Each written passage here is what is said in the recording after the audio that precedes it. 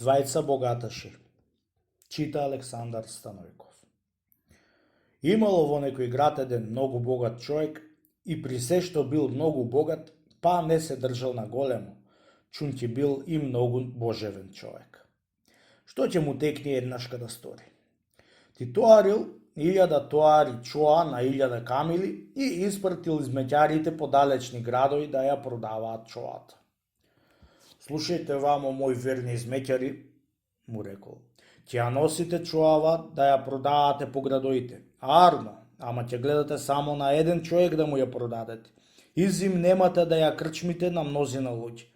Ако не се најди таков трговец да ја купи чоата, назад да ми ја донесите. Вака абер да имате. Откоја му дал таја заповест трговецот на измеќарите и испратил со чоата да ја продаваат. Патувале што патувале измеќарите со камилите и дошле во еден град. Растоариле чоата и од која разбрале трговците, дошле кај измеќарите за да ја купуваат чоата. Арно, ама, тие сакале да купат кому колку што му требало, а не 1000 тоари еден да купите. Од која видео измеќарите оти немало во тој град таков трговец, што да купит 1000 тоари чоа, си ја тоариле чоата и си отишле на друг град да ја продаваат. Во вториот град ошли измеќарите и тамо не нашле еден трговец за да му ја продаат. Од вториот станале ошли на треќ и тамо се нашол еден трговец што да ја купи 1000 тоари чоа.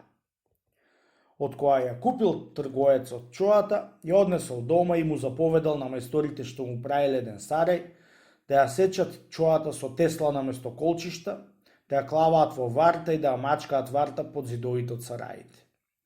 Кога видоа тоа нешто измеќарите на големо чудо беа станале за богатството негово. Па и нашиот чорбаџија, си велеле помеѓу себе измеќарите, еве богат што се вели богат, чоа наместо колчишта да тура во варта. Од која му набројал парите богатиот на измеќарите од трговецот, му рекол, еве на каков чорбаџија ја продадовте чоата, што да ја исечит и наместо колчишта да ја клаит во варта. Еве вака да му кажете на вашиот чорбаџија, што бараше на еден трговец да ја продавате, за да види дали има побогат човек од него. Ете, вака здраво и живо да му носите. Така му рекол. Си зеле парите и си ошле од кај тој град во својо и му искажале секако што му рекол богатиот. Кога чул трговецот тие збори од калфите, се почудил на богатството негово и му се сакаше да го види со очи тој богат човек. Се спремал еден ден и му отишол кај богатиот да се види кој е што му ја купи чоата и ја исекол наместо колчишта. Отишол во градо и му отишол дома. Таму се приказал оти тојот што му продал чоата и му се зафалил за дека бил даруван со многу богатство, а тој помалку бил даруван од Бога, а Арнома пак бил благодарен од мерата надвор за богатството што го имал.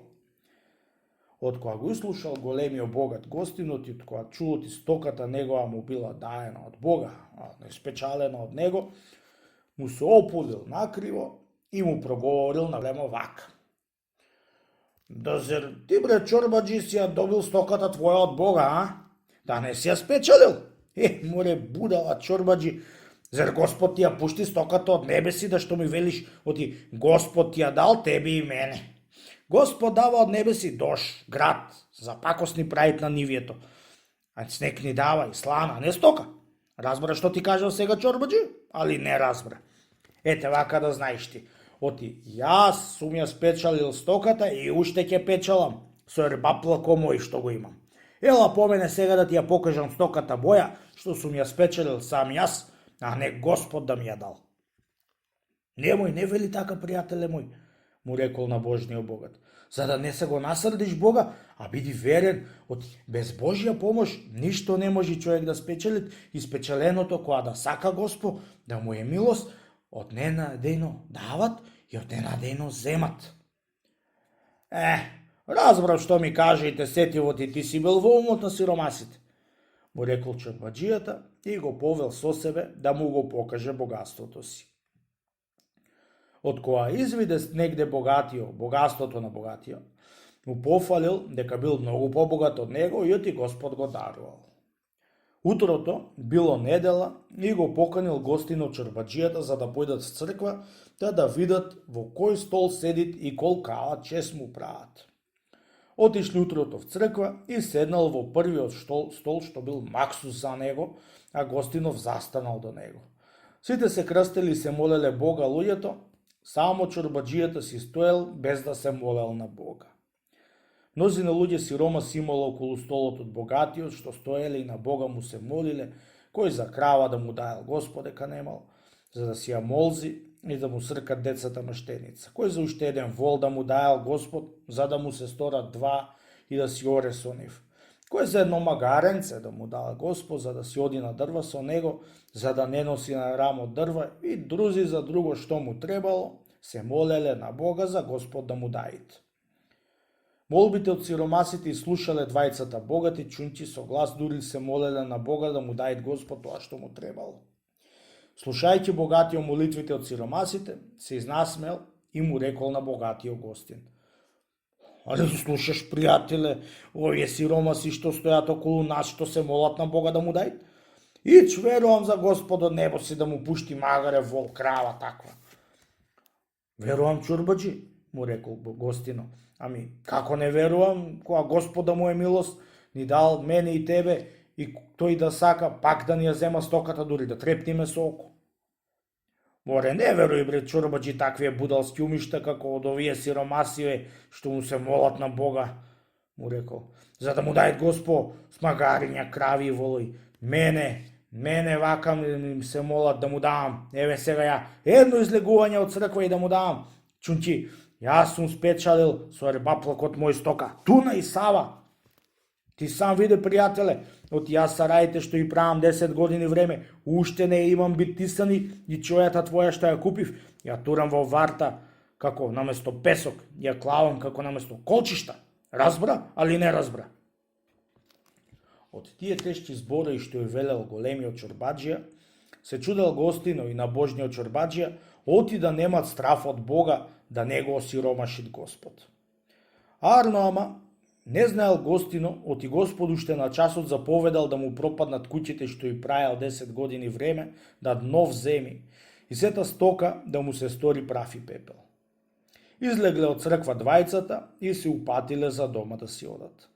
Кога приближиле до куќата од чорбаджијата, и што да видат? Целите куќи беа пропаднале в земи. "Ох, леле, јас сиромав, што ме најде мене, што не го нашло никого на веков?" Со голем вик викнал чорбаджијата и се грабнал за коса да си ја кинит. "Од кај дојде ова зло, пријателе?" рекол на гостин. "Од ненадејно ово утро." "Од Бога, пријателе, дојде," му рекол гостино. "Ами од каде друго место? Господ дават, Господ земат. Лели знаеш оти враков таков јет?" Уште не беа и дорекле тие збори и од сите страни беа довтасале ортаци што имале се, овци и друго имање да му кажат која стока волците беа ја изеле, која срдешницата ја изумрела, овците сипаницата му изумрела. Со една реч, дури да трепнеш со око, богатството на богатиот што беше спечалено од ербаплако негов, прав и пепел беше му сторил сполајмо на Бога и беше го оставил како сите сиромаси со прст в уста, да биде страден за корка леп. Од кога си дошол малку на Ефес, осиромашениот богат го прашал гостино: "Ами сега, бре, чорбаджи, како ќе живеам јас сиромав со оваа моја ненадејна сиромаштија што ме најде во овој саат што никого како мене не го нашла?" "Жив е Господ, пријателе," му рекол на бошниот чорбаджи. "Ти треба да си уверен, оти се што е добро од Бога е и се што е лошо од нас самите е. Чунки ние понекогаш го забораваме Бога и од кога ќе го насрдиме, ќе не внеси во сиромаштија, да го припознаеме оти тој е силен, што може да ни земи се што сме добиле и животот што го имаме, дури да трепнеме со око. Биди уверен, пријателе, во Бога и падни на молба да ти прости греот и пак Господ ќе те даруват со богатство. А за оваа година јас ти се таксувам да те подкрепам за живеачката со што ти треба." Кога чу богатиот и виде веќе што е сиромаштија и збороите од гостино, му дошло малку срцето на место и му благодарил за дека ќе го подкрепел. Од тој саат веќе паднал сиромаштиот богат на молба пред Бога да му прости греоите што беше историл. И после се запрегна сам да ора нивјето што имал. Волој, плуг и се што му требало, беше му приготвил гостино и после си отишол во градот свој.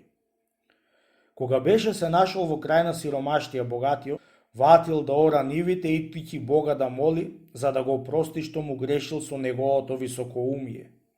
Арнома, првата година посеаните нивје му изникнаа трње и глоѓе. Само во една нива беше никнале 3 класа пченица. Тамам во жетва време беше довтасал на Божниот богат да го види осиромашениот богат како му идат работите оваа година. Дали се смили Господ на тебе? Оф, бре, пријателе, му одговорил сиромајиот богат. Ако беше се смили Господ сполај му, ќе ми се стореше седбата како од сите комшии мои, а не само 3 класија да ми никнат во сите нивје. Не бој се, пријателе, му рекол на Божниот. Има Господ и за тебе, лели 3 класија ти никна, тоа покажува ти Господ ќе те даруват по 300 и 3300 милиони, само ти моли се на Бога да те прости и после се ќе ти подари. И вистина, така беше се сторило со тој осиромашен богат. Молејќи се на Бога непрестајно од ден на ден, Господ грео му го проштал и стоката му ја умножувал. Во неколку години пак се стори богат, откако што беше напред и двојно биле. Да ете, кога да сака Господ, веднаш го пропаднуват на дно в море, веднаш го избавуваат.